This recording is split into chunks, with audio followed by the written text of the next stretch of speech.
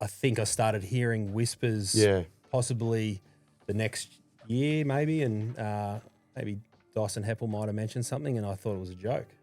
Really? You had absolutely no belief that this was going to ever cause. And that was a feeling from the other players as well. It was is that really a thing, or like what are we talking about?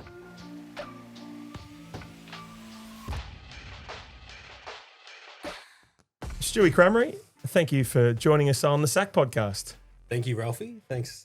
Finally got me on the show. Yeah, so a country boy made good, 3 AFL clubs, some highs, some lows. What do you think about when the head hits the pillow about the soaring highs or some of the setbacks of a pretty cool AFL career? Yeah, I think the career was probably contrasting. I think, I had a really good start. The Essendon stuff was probably, a bit of a low.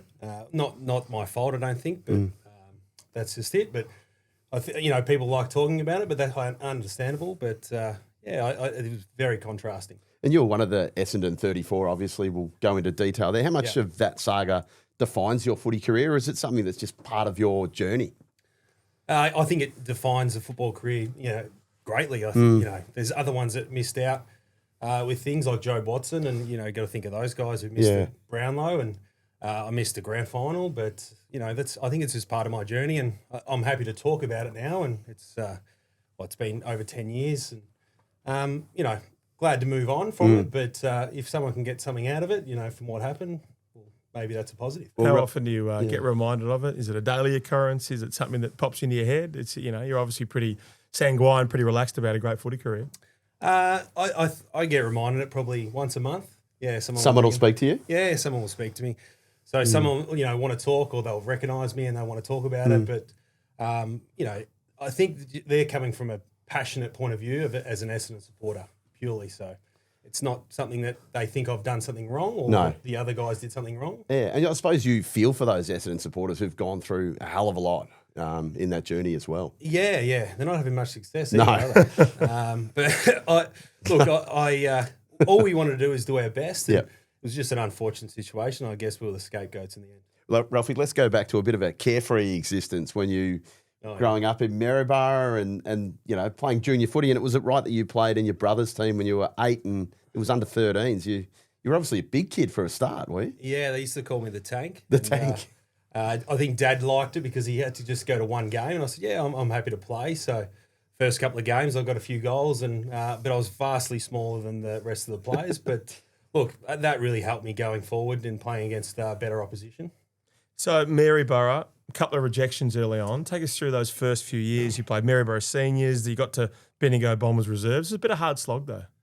Yeah, there was, and I think you build the resilience over the years, and that helped me when I did get to Essendon. But I was really determined to try and make sure that I do play AFL. And a lot of people say, "Look, it's going to be too hard," and I said, "That's your opinion." But I think the setbacks really helped me going forward, and starting from country football into the VFL 2s, and then VFL, and then AFL. Look, it was a good journey. It was my journey, and I wouldn't have done any other way. Just with those setbacks and missing out on rep teams and under 18s teams and that clearly built the resilience that you were going to need later in your career. Did you ever think, I'm not going to get there, or were you just implicit in your mind, this is going to be my journey? I didn't waver too much, and I just knew that I had the talent. I just didn't probably have the skill set just yet. And the more I played VFL, and I started to learn from coaches like Adrian Hickmont, Matthew Knights, and a few of those ones, I started to develop my skills a bit better and hone in on that. I was, and a few coaches used to say I was very raw, but as I sort of fixed those things up, I was able to play a little bit better. So Essendon's VFL side was the Bendigo Bombers, is that right? That was correct. Yeah. So you obviously had, when did that AFL dream start? But you also had an entry point for that as well, given it was how far away from your hometown? Yeah, 45 minutes from my hometown. So I was travelling 4 times a week while working full time with my dad, and I didn't see any other way. I really liked football. I loved the training aspect of it, and the team aspect, and I just believed from day one I could go. I just had a mindset, if I just go as hard as I can, as long as I can. I don't know what's going to happen, but if something does, well, great. So what kind of footballer were you? So raw, booming left foot, the Tank, as you said. Yeah. But maybe lacked a bit of football nous at that stage. Yeah, just football knowledge, and that showed early in my AFL career. But I try and fix that. But it was more raw power. I used to do track. I used to go to the gym a lot, and so I sort of combined all that with also I was a forward as a kid. So just having that nous around the forward line was probably the key in the end. You talked about Nida and Adrian Hickmont and the like. Who else sort of helped shape you in those years? Because they had the chance to pick you up Essendon early doors and they left it a while, didn't they? Yeah, they left it another year, and that was a bit hard to take that rejection, but I didn't give up. And I think Matthew Knights ended up getting sacked at the end of 2009 or 10, sorry, and James Hird and Brendan McCartney came in and really took me under their wing. And what Brendan said was, "You're not a midfielder; you're actually a forward here. Come with me." Yeah. And I said, "Well, I played all juniors as a forward, so it sort of worked out and clicked." Because you got on the rookie draft, I think 2009, just a couple of days before Christmas, I think it was. Yeah. You played the 3 games under Matthew Knights. Yeah. Were you more you were playing midfield in those 3 games, or a bit of that role? Because of the running capabilities I had, they thought I was a midfielder, and I did an okay job, but not great. And I was probably lucky to stay there, and was fortunate enough that Hurdy kept a lot of the players from the previous year. Otherwise, I think I would have probably finished at the end of that year. But, fate has it that I got another chance and put in a solid preseason and got a game. Macca, no one's ever said this about me. As Adrian Hickmott said, he was an amazing specimen. Take half a step back. So how that's an actual quote. How did you get to Melbourne, though? So there was a time where you were, driving down 4 nights a week, and you decided, I've actually got to commit myself full time. So you were staying in a motel, you were at a boxing gym as well. Take us through how that happened and why you thought that was so important.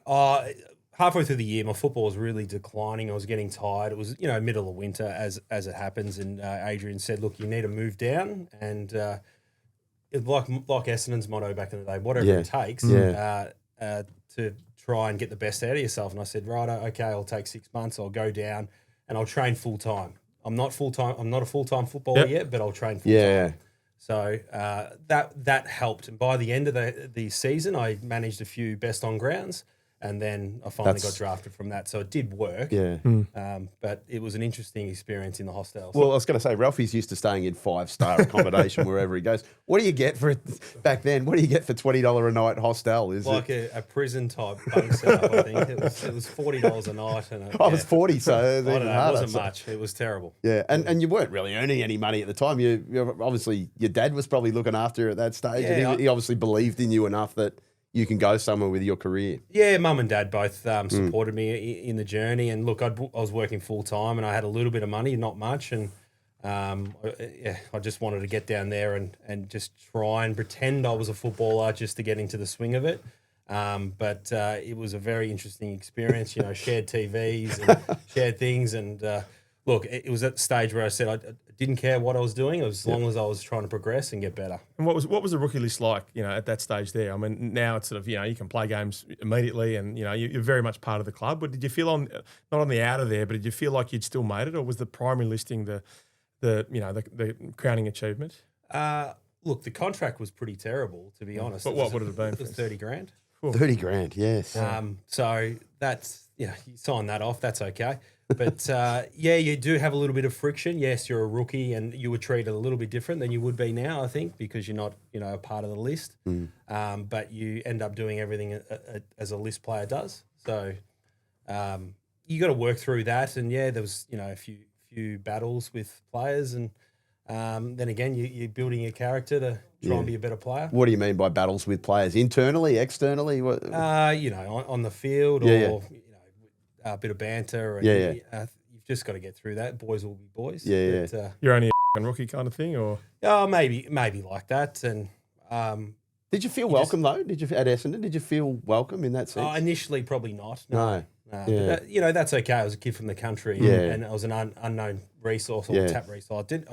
I've come from nowhere, so I sort of had to prove myself, which is okay, and that's what I did. And to play your first game against Collingwood, I think it was round 20. Matthew Knights as coach. What are your recollections that day? I think you were 22. Were you around about 22 at the time? Yeah. You had 17 disposals, so you've walked in and had a pretty reasonable game first up. Yeah, and we lost pretty badly, and I think I lined up on Dane Swan and Scott Pendlebury in the first bounce, and Wow. and I was thinking, okay, right, let's do this. But I got the first touch, and we got a goal from it. But from then on, they were too classy. And look, I learned a lot from Daisy Thomas, Scott, and Dane Swan that night, and I thought, okay, that's what it's about. Yeah. They're at the top of their game.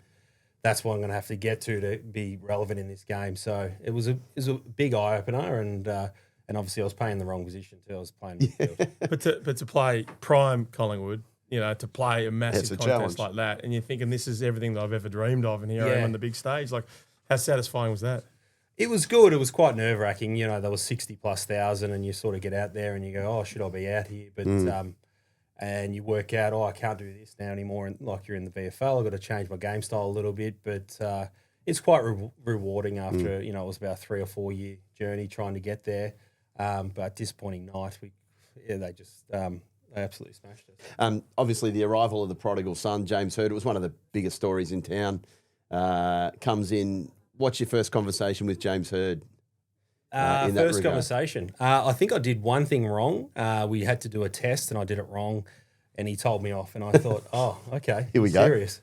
And I still was a nobody then, and he barreled me once, and I said, okay, we'll never do that again. So we got along really well, and that was an eye opener for me. And he's serious. What did you do wrong? You have to do a urine test, and it was above the required range, and just by one, and he told me off. And well, okay. And what did that signify though? Well, maybe he's coming to bring some standards and that kind of thing. Maybe I've got to be serious. Maybe, and then he pulled me in the line, and so did Macca, and I think Hurdy told me off once, Macca told me off once, and he said, and they didn't tell me off again. He can tell off with the best Macca, can't he, as well? But it was really a dream team, wasn't it there? Bomber comes in and Hurdy and Macca. The standards just completely changed in that sense from... Yeah, and you got a sense from the 2000 grand final, that team. Yeah. You got a feel of that. They brought that into the club. And it was... not serious. We definitely had some fun, but when we trained, we were switched on, and I think I got the most out of that. Tell us about Bomber and just the little things that an Essendon club legend, and of course, a multiple-time Geelong coach. What did he bring as well? Because he's quirky, but he's got an extraordinary football mind. Quirky, understatement. I think he didn't talk to the group as much, but he was more, I think, Hurdy's mentor. So he wasn't sort of our direct coach. So.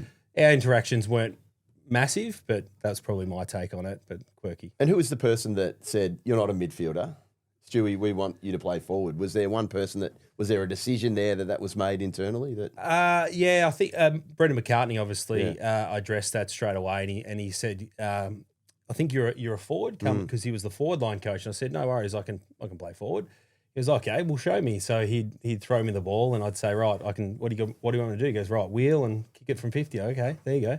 He goes, okay, great. Okay, now mark it, turn, do the same thing. And he really pushed me on that way. And I said, well, I can do all of that. And he goes, great, you're a forward, and you're going to start forward, and you're going to start the round one. So I said, great, this is a dream come true. So that's just confidence. All of a sudden, you're not worrying about your spot. You're thinking, I've got a role here. Yeah. And they believe in me. Yeah, and this is the first time in my whole career that I've actually I'm in a senior team in the AFL, and I can actually help the team win. So it was a great feeling. Is that it just seems so simple. You're a forward, right? I go and do it. But that's the essence of coaching. It is, and he picks up those subtle things. I think the year prior, maybe we were lacking in the midfield space. And if I can run 15, 16 Ks, they said, well, you're definitely a midfielder. But how about I play forward? I'll probably run less, but I'll be faster. So it's just an adjustment.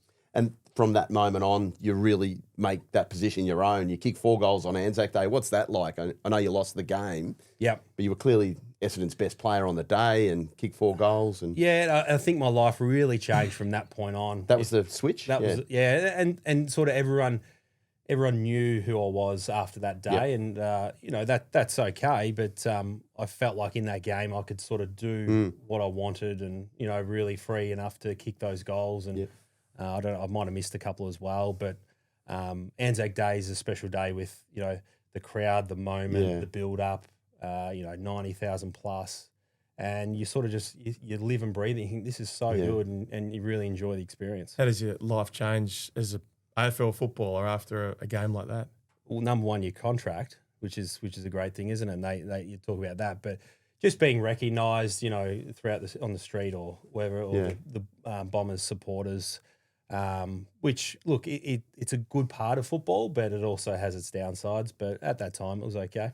So with the contract, do they help you out straight away? Because I think there had to be a couple of injuries to keep you playing there, but they did have some that year. And there was some suggestion. Did Hurdy say we need to keep Crameri? Was there any interest from the Giants? Did a couple of clubs come knocking even early doors? I'm not sure. I couldn't comment on that, but maybe. Yeah. I don't know. But I think Hurdy just wanted to sew it up. But I remember, I think he went on radio and said, look, every game he plays, we don't sign him, he goes up another 10,000. That's right. That's exactly what he said, which is good for you because you're not on a lot anyway. And yeah. I was probably hoping for match payments and things. But look, and I never did it for money. And, and it was always about the football. And I was just fortunate enough to get a contract at the AFL club. That's a great quote, Ralphie. This is from James Hurd on radio. I'm hoping Paul Hamilton's listening and it's almost done. I think every time we play, he's costing us another 10 grand. Not bad, eh? So 20 games, 34 goals. You arrived as an AFL footballer. Yep. No, it was good. And I'd won a few goal kicking awards after that. And 3 in a row, you end up winning at Essendon, which is big effort, isn't it? Oh, I guess so. They weren't, 30 goals is not massive, but, Clokey, I think, was kicking in the 60s. So 8th in the best and fairest. I think you got a shoulder recos, so you miss a final, miss what would have been one of your rare finals. Yes. Just obviously shattering. It was. I was playing well, and I remember I hurt my shoulder at West Coast late in the game, and my shoulder collapsed, and it was quite painful. But we had a final against Carlton, and we didn't do that well. And Jake Carlisle was up forward, and he was a backman at stage, and he went forward, and he's just.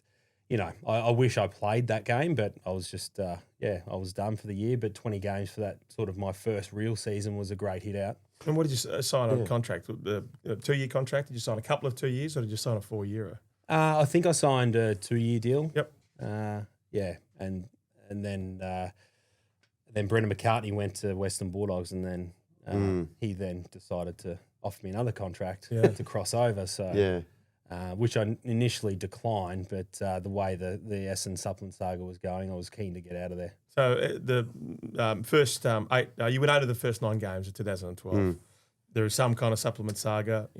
Take us through when you first heard about we're going to do something a bit different. Of course, it's all within the rules, but this is what we want you to sign up for. Well, essentially, I was 22, 23, and I tell you what, we did not blink an eye, and it was just a part of the training regime, and we wanted to try and get the best out of ourselves. So we believed in what they were telling us, and we said, yes, we'll do that. And anyway, move on. We'll continue to train and continue to play. So it wasn't really a massive discussion. It wasn't even something dramatic. At some stage there, I think the players got the club doctor to sign a document to say this is all above board. But when it all started initially, you didn't even, as you say, blink an eye. No, and these things happen in clubs all the time where they you might sign a waiver for someone doing a study for a university course and you do a sleep study. So you got to sign off some paperwork. You sign that paperwork and you go, yep, no worries. And you go on to training, you think about something else. And the program itself wasn't, we didn't talk about it too much, but it just happened and we just went on with our day.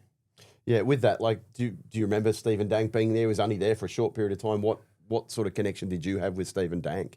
A connection is the same as you have with a sports scientist or the high performance guy at the club. So it wasn't any unusual to anyone else. No. So 18 games, 32 goals. Another really solid season. Obviously the arse falls out of the season when you get so many of these injuries at that stage. Yeah.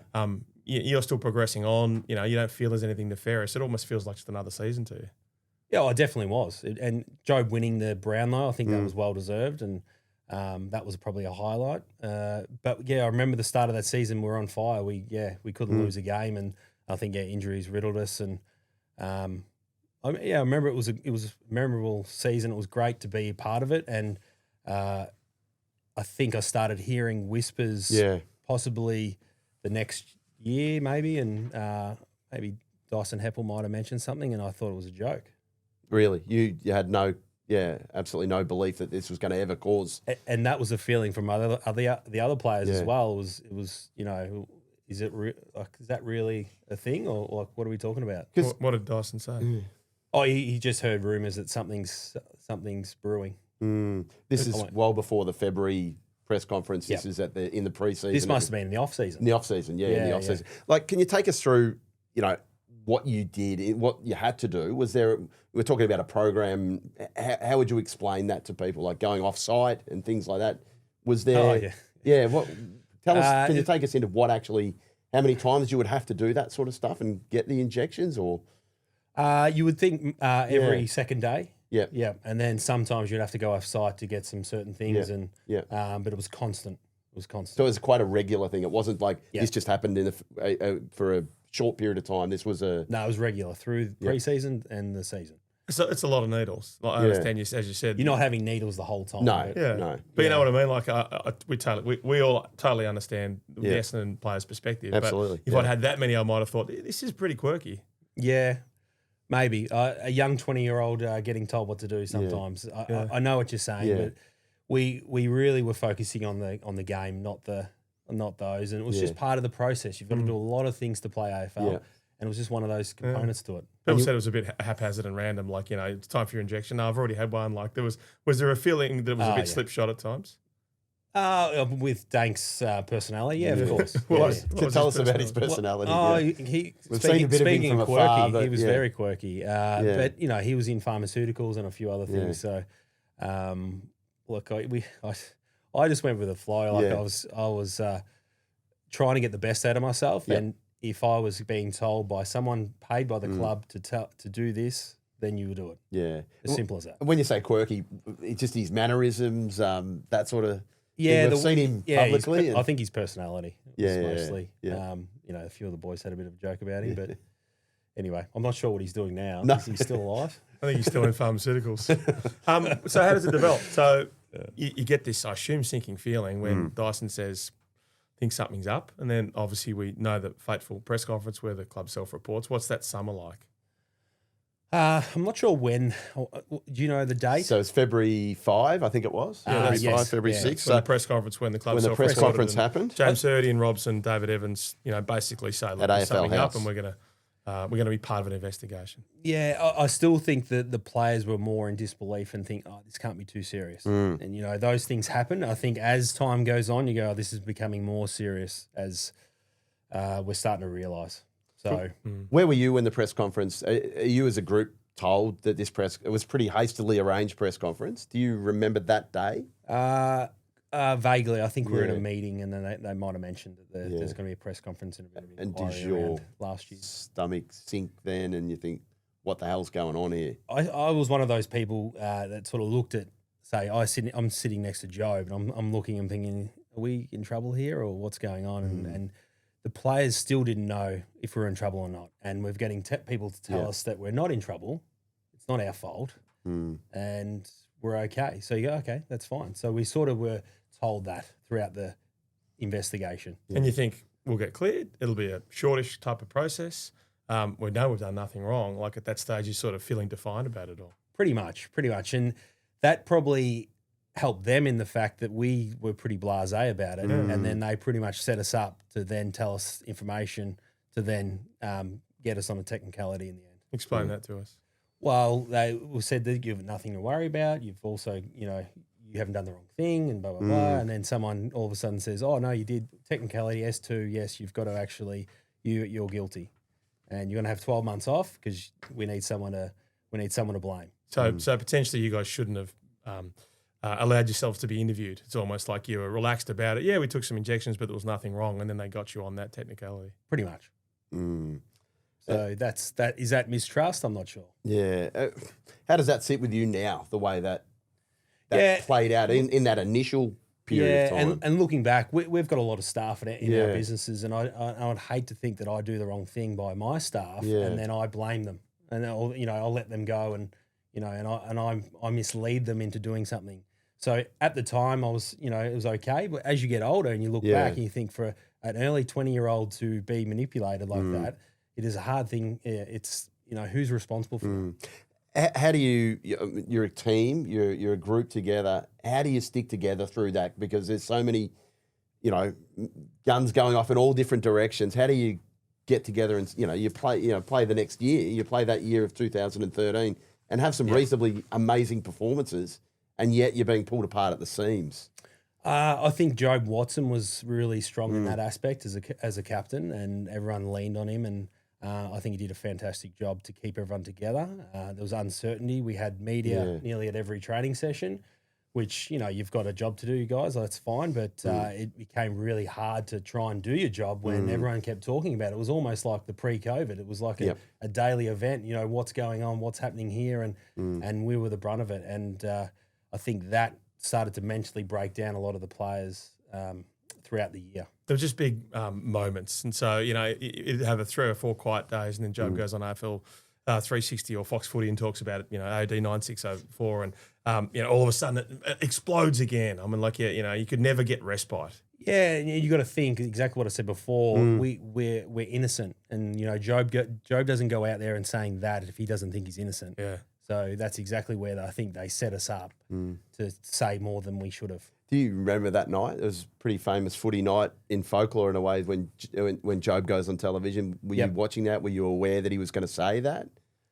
I wasn't aware he was going to say it, but I remember watching it. What went through your head that night? Well, Job's the captain. Job's representing everyone in the team, and he goes out and says that, and that's okay. That he's trying to alleviate any fear that we've done anything wrong. And just doubling back onto that, you have no idea it was what you took anyway. And even to this day, you still don't know what was actually taken. There's some things I think we don't know. Yeah. Who's giving you advice at that stage? Because as you said, you probably shouldn't have said anything. You probably shouldn't have subjected yourself to the investigators. But so the club's saying to you, we encourage you to go and give full and frank evidence because we know it's going to clear you. Pretty much. And our managers were also supportive of that. And they were probably getting directive from the clubs. Yeah. I don't know who was Asada or WADA giving direction to the club to make sure we do that. I'm not sure. Could you feel that there was almost a split in the club? It was coming. There was going to be some split. There were certain people saying, do this, do that. And then there's other people saying, no, don't do this. Could you feel that coming? The tension, it came to a head? The tension was building, and the stories were getting changed, and everyone's starting to pick up, well, hang on, we're actually in a bit of trouble here. And I'd moved on to Western Bulldogs, and Brent Prismal was at the Western Bulldogs as he had a role there, a development role, and we were together. And as time went on, we both sensed it was getting worse and worse and worse. So we leaned on each other as well, and I still spoke to the Essendon guys about it and through the time, but it was a challenging period. Yeah. Well, you talking? Sorry, I was going to say. Yeah, you go. Right. Another final series miss though. So as that, as you're still playing amazing football, which is extraordinary given the circumstances, and you're thinking, okay, well, we might qualify, but we might get booted out. That moment where where obviously so many of those penalties get handed down, and all of a sudden you realise, okay, I missed last year's finals, and I'm not playing finals again. Yeah. Which year are you talking about? 2013. 2013. Yes, I remember. Yeah, we finished off the season. I think it was just getting to the point where we're not focusing on the football anymore. Yeah, because with that, like mental health is such a huge aspect of footy now, and we're in it. We deal with it a lot better now than we previously have. How did you feel for some of your teammates, yourself as well, going through it without a huge amount of support? And did you notice some of your teammates really, really struggling through this period? It was new territory for everyone. So things would happen, and the best thing we could do is come together as a team. And that's all we had, and we had to sort of stick to it. And I know the media had their own agenda. ASADA had their own agenda. The AFL had their own agenda. Even the Australian government, I don't know, was the Victorian government getting involved. Crime Commission, So we felt like we were in a bubble, and we had to stick together, and that was the only thing. Yeah. But there were cracks starting to show. And I mean, without going into too much detail about the cracks, but there were clearly players who were absolutely struggling. And did they get the support that they needed? Because you're probably thinking, who's on our side here? There's so many different conflicting. Yeah, I don't think they would have got the support, because that's the thing. They had so many people that were after us. Yeah. That there was no escape. So who am I going to talk to that I can trust? Yeah. Maybe mum and dad, maybe your partner, but that's about it, and your teammates. Everyone's covering their ass at that stage. Yep. Yeah, there'll be a lot of people trying to do that, I think. So you decided to move on. Yeah. Tell us about that. Look, Brendan McCartney came to me early in the year, 2013. I think he put an offer on the table, and it was substantially more than Essendon.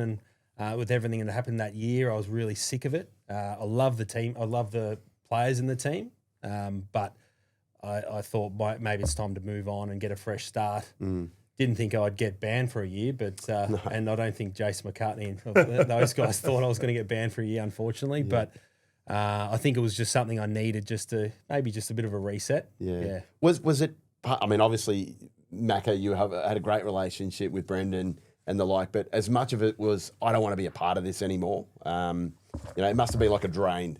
Maybe a fresh start's going to clear everything for me. It was a drain every day. Yeah, you knew what you were going to turn up to. So you knew what the shit you're going to have to put up with just before you even get on the field to train. So it was it's Groundhog Day, isn't it, in a lot of ways? You're living it over and over again. Yeah. It was monotonous, and that was part of it. If I can get away from it somehow, I thought, that might be my chance. Was there one moment, what was your lowest moment, do you think, through that period? Was there one? I mean, obviously we get to that with 2016, but even through that 2013 season when all hell was breaking loose, was there one moment? In 2013, we still didn't know the scope of what was going to happen. No. The low point for me was probably 2015 when I'm at Bulldogs. Yep. And I said this, Brent Prisbell and I were both talking to each other, and I said, do you get a feeling that this is going to happen? And we both sort of agreed, and I thought that was the point. It was end of 2015. Yep. We were about to get banned probably January 2016. 16, that was a really low point because you think, it's like they've got you. And you're thinking all this time they've built this case, and Peter Gordon did a great job for Brent Prisbell and I, and I'm very grateful for it. But it just there was no way out. And that was the thing for those that would want to recall it. So obviously punishment handed down in 2013, Essendon excluded from the finals, Hurd suspended for 12 months, the club fined $2 million, stripped of those draft picks, and then by March 2015 you found not guilty by ASADA, and so you potentially think you're out at that stage, and then obviously under the wider appeal, that's when you're suspended. Just take me back to leaving the footy club. So Mark Thompson's the new coach, desperately calls you, tells you, I would love you to stay. Yep. Any sort of rearguard action that makes you think, I reconsider, or you were all in on getting to the Dogs? That time when he rang, I was already done. But a month prior, no, I was definitely on the fence.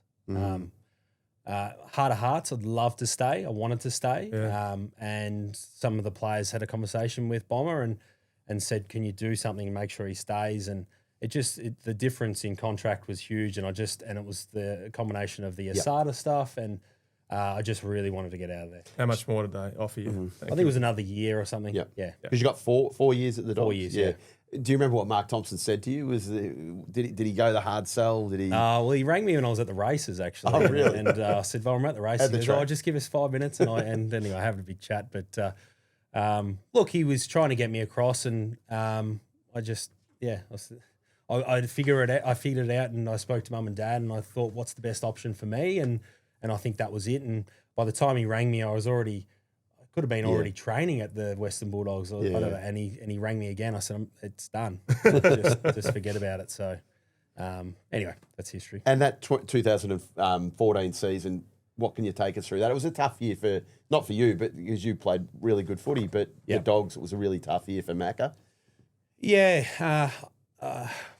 Macca was starting to probably in that year starting to struggle with the players and the culture around that club, and you can see by the end of that year it was really slipping. But look, I enjoyed the Bulldogs. The Bulldogs are a great club, and I think he just lost touch with the players. There was a lot of friction, wasn't there, player-wise, with him? By the end, it was. By the end of it, you could sense, a car crash coming at some stage. Yeah, through the year as well. Like you're thinking, this is not going to end well. Halfway through the year, you could sense it. Look, I was sitting in a great spot. I played okay, and I got along with Brendan, but he was under the strain, I think, and you could definitely see that. What does lost touch mean? We love Macca. We've had him in this seat. He's one of our absolute favourites. Absolutely. He's talked about some of his failings, but it was a difficult period there as well. Ryan Griffin was probably a reluctant captain. Yep. He had a couple of agitators in there. Adam Cooney was probably not playing the great footy he wanted to. Jake Stringer. Give us some details on how it goes bad in the spaces of a couple of months. I think the players start to get disgruntled with him, and they start doing things against him, and then if your culture starts swinging against the leader, then that's when it really affects the team performance. And what's the not backstabbing, but coach is no good, whispering campaign. How does it happen within a footy club? Oh, like wildfire. So it just it happens naturally, and he could sense that, and I think he I can't say what happened with him and Peter Gordon, but I think he just put his hand up and said, "Well, I'm done." Yeah. And look, I get along with Macca too. I know him really well, and I spoke to him afterwards, and he said, it got to him, and he's learned from that and moved on. And look, football's a really tough game, and it doesn't matter if a coach is in the firing line. It's got to be a coach or a player, and it's one or the other. So. Yeah. It's tough at times. And it's tough for you. You were overseas when Ryan Griffin quits. Well, tell us about there. You're thinking, how the hell, what's going on over there when he quits? Someone texts me, your coach is gone, and then Kevin Asay goes, your captain's gone too. I said, what's going on here? Yeah, so. And I've just come to a club, but that was an interesting But there's period. no regrets. You still were happy to keep going with the Dogs, and the bloke that you went for is gone. But I really loved the Dogs, and I had a great time there. And look, for the Dogs, it was a great reset they needed. And look, we made the finals in 2015, and we got Marcus Bontempelli, and Bevo comes in and he changes the game style, and I really admire how well Bevo did in that first year. Yeah. How proud of you of the way you held yourself, like even in that 2014 year. So the show cause notices are handed out June 12, 2014. You lose your captain and your coach. November 14, infraction notices issued to the players. You're still playing reasonable football there. Like, how do you operate on a day-to-day basis? It's one of those things. You've got to shut off all the external noise, and you've got to perform. And that was what I sort of learnt over the years. Was it doesn't matter what's happening in your personal life. You need, once you cross that line, you need to perform at your highest ability and your best ability. And I just grown a skin or whatever. Grown really hardened to that and to push it all aside. It changed you. Yeah. It changed you as a person in a lot of ways. And it did. And then I can talk about it later, but then cracks start to show. Yeah. When you throw enough things under the rug, you start tripping over it, and things change. So 2015, March 31, the players are cleared. The anti-doping tribunal announces all 34 past and present Essendon players were not guilty of a banned supplement. You got a new coach. You got this young superstar in Marcus Bontempelli. You're thinking, we're away here. Yeah. And 2015 was a great season, and I was enjoying football. Not that I didn't, but I enjoyed the football.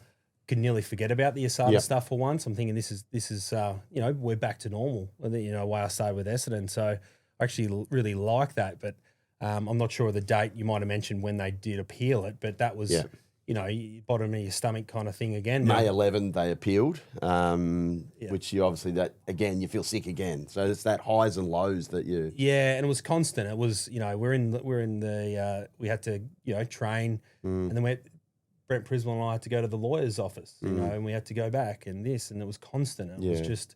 It was really tough mentally to try and get it through. But you somehow still played good footy. You outscored Essendon in that game. Kicked 7 against Essendon. That was the game that Jake Carlisle, I think, said this club is.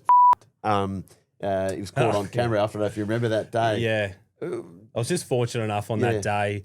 I knew how all the players played, and I was feeling good. And some days work, some days don't. Do you feel like they're obviously going through some tough times as well? Did you feel like you're happy to kick the 7 goals? Of course you are. You're playing great footy, but you feel for some of your ex-teammates there as well? You could feel they were very deflated. And I remember Dyson Heppel on the day, and it just they weren't there. They weren't themselves, and it was hard to see. I've got a job to do. I'll play well. If I can, but I did feel for him, and I could just sense they were down, they were beaten in that game. You play your single final against the Crows, sort of a famous final now, given the Talia brothers, and talk about Michael and Daniel and whether one of the brothers shared tactics with the other one. But you played your first AFL final. Finally, 2015. It was a good final. I thought we were going to win, and they managed to just beat us at the end, but. I think we're probably the better team, but we just let it slide. And look, finals, the pace picks up a little bit, and I got injured the week prior, and I was a little bit. Were you a bit sore going into the game? I wasn't too bad, but you're never perfect. Yeah, because I think you were 2 goals at least in front with about 10 minutes to go, and then they staged that great comeback, Adelaide. Yeah. But you get the feeling this footy club's going somewhere. You do. And look, what happened in that last quarter is we missed a lot of handballs, and then we developed. The handball game. The handball game. So that might have been the birth of the handball game. It was the birth of it. Really? Did you internally talk about that later on? Or that's as soon as we started pre-season, we're going to work on that because we missed so many opportunities in the handballs. Yeah, right. So that was where it all got started. And look, that's probably what helped as well in that grand final 2016. What was Bevo like, that first year you had with him and that as well? And he's a combative man, with the Talias and the situation there. Tell us a bit about that. That was quite funny. But look, I really admired Bevo and a lot of his coaching attributes. I took a lot from that, even in the workforce as well. And he's always a very knowledgeable man. And look, if you're on the right side of Bevo, it'd be great. If you're on the wrong side, you're off a cliff. But that's okay. That's football, and that's the reality of it. What side were you on? I was mostly on the good side, and then I finished on the bad side. Tell us about the Talley brothers. Did the blokes feel blatantly that they knew what your tactics were? I don't know. I don't know for a fact, but I'm sure they would have spoke. Yeah. And how much does that matter to the fan out there? Or, some of those little knowing those tactical issues. Is that a big thing? Nah, it's not. It was one set play. It doesn't matter. It's not going to change the game. So but there was one set play. You think, oh, this is pretty. Yeah, he's lining up with him, and you go, oh, that's odd. But it was. I don't even think about it. So you're building. You've played your first final. You're building towards 2016, but there's still that cloud. Tell us about January 12, 2016. Were you at the Bulldogs? You knew it was coming that time? Jake Stringer actually texted me before I knew. Really? Yeah, because I was driving, so I didn't see it. I couldn't. I sort of saw the phone. I could. I'm not touching the phone, but he sort of messaged me, and I thought, "What's he messaging? That's odd. Why is he messaging me at this time?" And then I got closer and realised, and I thought, they've just put the verdict out that we've got a year off, and had a quick meeting upstairs with the Bulldogs hierarchy, and went through it. And the most disappointing thing was that you can't be a part of the team that you were made to be a part of. So, okay, you've got to go home. Okay, now what? So you got to be out of the club pretty quickly. You got to go. We have a meeting. That's it. You're not allowed to be there. You're not allowed to be there. What did Jake's text say to you? It might have been just hope you're well or something. Something small. And I thought there was an odd text. He wouldn't usually text you like that. No, not at all. So you knew this is not good news coming. Yeah, I thought, what's he talking about? Yeah. Anyway, so I found out in a couple of more minutes, but just devastation for, obviously myself, but all the other players that were, essentially innocent. And then, as I said, they get you on a technicality that you weren't aware of, that's not even proven, and you think, oh, God. Yeah. Anyway. What's the year like? So that afternoon you get to, I think, David Myers' house, you assume you have 100 beers and your world collapses. Yeah, and that was the biggest thing. We all stuck together, and that's what I said about Job, and he's the captain. And, I wasn't at the club, but, I was obviously welcome to come, and we just started reminiscing on the good times and trying to get each other through it the best we can. So that was a really good day, and, I think it all settles in after a week, doesn't it? You go, okay, this is reality now, and fortunate enough to get some funding from Essendon to train at Keilor Grammar that year, and I was, they obviously invited me to come and train, and that was were great. all the players okay with you coming back, or was there a couple of people saying, well, he's at another club now, or was there any? There may have been one, but generally they said no, he will help us train better. Yes, we want him to come and train, and look, that was one of those saving points I think for that year for me, was just to have some normality around training and coming back with a group of guys to keep my skills alive just for the next season. Who do you speak to, like mental health wise and everything like that? Who's important for you at this stage? That's as tough a thing as you could go through. Look, the Bulldogs were really supportive. Bevo and Bob Murphy were great. Yeah. And probably leaning on, Sean Wellman was one of the coaches. for us. So he was employed to help us through those training sessions in 2016. But relying on the players too. Yeah. Hey, what are you going through? What are you thinking? You know what I mean? Sometimes that actually helps, just opening up the dialogue. And we've all found that with mental health is just to have a chat about it. How big a figure in this whole thing was Job? To think of all that he was going through personally and the way that he brought you guys together and, such a figurehead. And I don't think I understood at the time how big it was, but I think he put more things aside just to make sure that we're okay. So that made us feel better. And he knew that. So he was that's why he was such a great leader. What do you mean, like put stuff aside, like sacrifice for himself? Yeah, he sacrificed his own things and he's won the Brownlow, but hey, that's now in jeopardy and I'm sure he had a lot to go through and he's the brunt of it. He's facing the media, he's facing, Asada, he's doing the inquiries and the interviews and things. So he really took that so we didn't have to. When he hands back the medal, how do you feel? Like you saw him play, you saw him day to day, you saw the work that he put in that 2012 season. I felt really, I felt annoyed for him because he definitely deserved it that year. He was the best player. Firsthand, he was on fire. So I don't know. I don't want to get into it. No, it's obviously whoever got Mitchell got the Trent Cotchin. Yes, both of them, which is, whatever the AFL thinks is fair, but I still think he was the best player. Well, we had Andrew Dimitri on here on this, this podcast as well, and he said that if he had still been in the role, he would have found a way for Job to keep the medal. It is quite sad, isn't it, that, And I think he gave it back. Did he give it back the medal? And that's what Job's like. He will say, yep, he's a sportsman. Yep. He's a fair sportsman. So that season, obviously, it's a really late push from the Western Bulldogs, but you're not there. And at what stage are you thinking, hang on, I'm going to miss something pretty special? Oh, in 2016? Yeah. Start of the finals, I think. You could feel something building. Yeah, they had this the culture, the dynamic of the players. They wanted to play for each other, and Tom Boyd's spoken about it. He's written a book and a few other things, and the vibe was just different, and they were never going to lose. And you start thinking, I'm going to miss out. Yeah, this is I should be on this team, and then Bob Murphy does an ACL. Bob Murphy's been at the club for 16 years.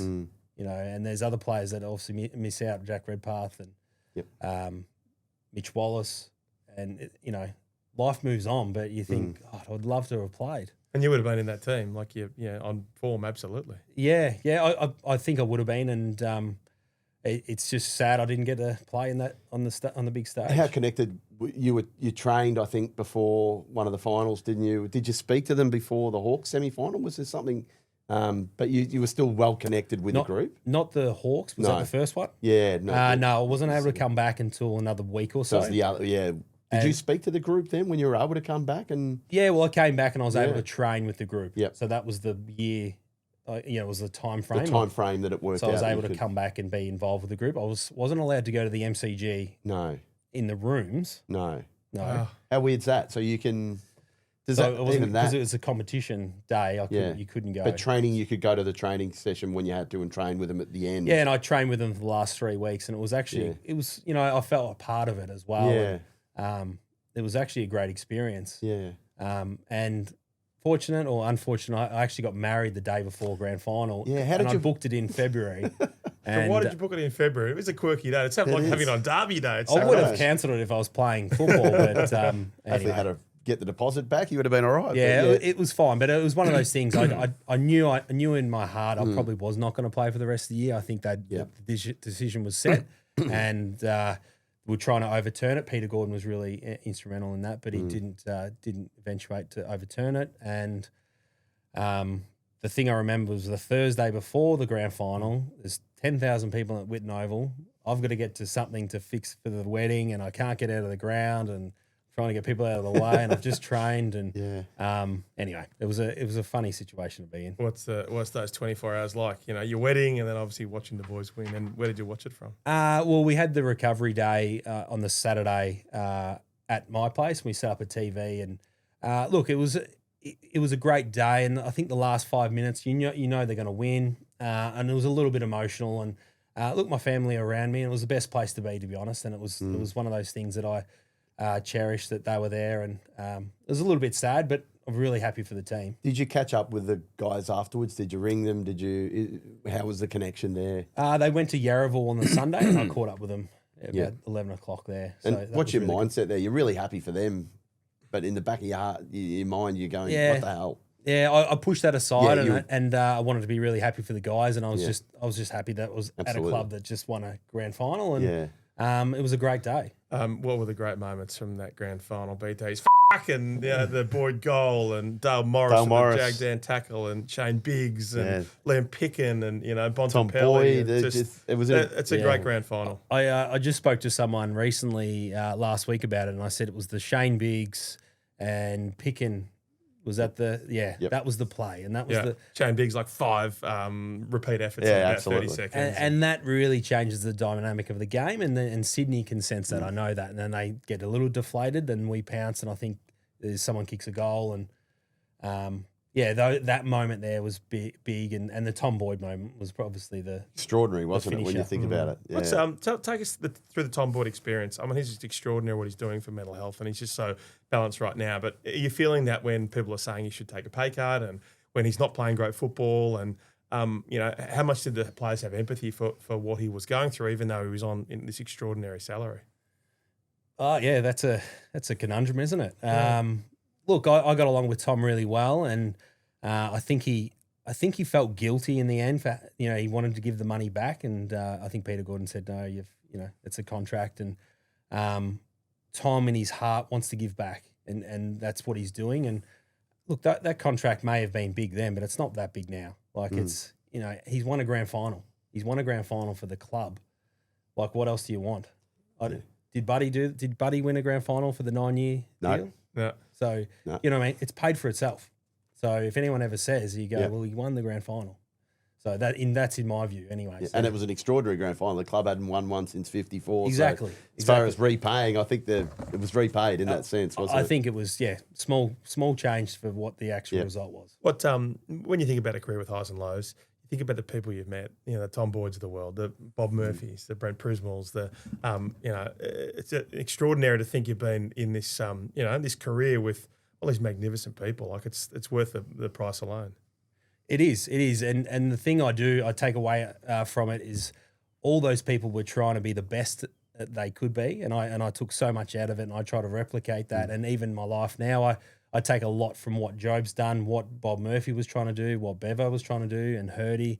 I've had so many good influential people in my life that it's probably a blessing. A lot of bad things obviously happened through the football career, but all in all, I take a lot out of it, and I'm still grateful for all the experiences that I've got, and I appreciate it. How good would James Hird have been if there's no supplements scandal in that sense as a coach? Could he have been as good as everyone thought he could have been? As a coach, definitely. Yeah, he was highly motivated, really good with his strategy, and I think he could have gone a long way. Good tactically, all that stuff, like had all the essence of what makes a great coach. Yeah, definitely. Yeah. Stephen Dank, I think you've said that you would have loved for him to come out and help you. If you had to speak to Stephen Dank right now, what would you say? Maybe just an understanding of, did you understand what you were putting the players through? I think he was a little blasé with some of his thought processes. Did he know the rules around what you can and can't do? Maybe that, but I don't lose sleep over Stephen Dank. Yeah, so you don't think about it. You try not to think about it. You're probably reminded, as you said, on a regular basis. Yeah. But do you portion any blame at the moment? Is that something you still think about, or is that something you've well and truly moved on from? In terms of the AFL, have you been back to Essendon in that sense as well? I don't. There's a lot of people to blame. You can always blame someone. I'm not a blamer. I do move on. Yeah. I haven't been back to Essendon that much. I've been back to the Western Bulldogs for some of the functions, which has been good. But I try not to hold a grudge. No. Do you feel more like a Bulldog than a Bomber in that sense, or maybe because I played there sort of the last. Yeah. It feels like you don't want to be defined by this. No. It's such a long and productive life to live. Yeah, and football almost seems like high school. It's like this artificial environment, and you finish it in. And I was speaking to Bob Murphy about this at the 100th reunion in round 3, and he goes, "What were we worried about?" And I said, "Oh, I'm glad you said it, because I don't know. It's like you're in this bubble and everyone's it's tense and you're trying to perform and I think you get out and you breathe a sigh of relief. Yeah, tell us about your life now. You've got kids as well. I've got 4 your kids. Businesses, 4 kids. What if they say, I want to play footy? What would you say to them? I wouldn't stop them. But it comes with its pitfalls. Yeah. But that's not my decision to make. But I just try and encourage as much as I can. And my son's really getting into soccer and football at the moment. And I don't know where that's going to lead, but we'll see how we go. And business wise, what does your life look like now, Stuart? We've got a couple of stores. So Crameri's Minor 10s, one in Maryborough is a big store, and Dalesford in the middle of town there. They're great stores, and we've got some really good staff. So we might have about 60 staff all up, and that keeps me pretty busy. And as I said before, I try and take a lot out of football, and what can I make their lives easier? Set a really good culture and a standard, and I feel like then the businesses perform better, and so there's a lot of skills that are transferable. How proud of you of the football career with 103 games? Well, Dad always says, he goes, 103 games, that's a quite an achievement. I said, okay, no worries. I don't really say much about it, but look, I think I've told my wife, I said I gave it everything I had, and as long as I did the best I could, I'm happy. And your parents through the highs and the lows, and lots of highs as well. What were they like? Yeah, they were good. They were very supportive, and obviously it was a little tense with some of the commentary around some parents with the 34, and they held strong. Dad's a strong character, and he supported me through it, and as I said, we've got to move on. Yeah, move on. Stewart Crameri, thanks for your time. Thank you. Thank you.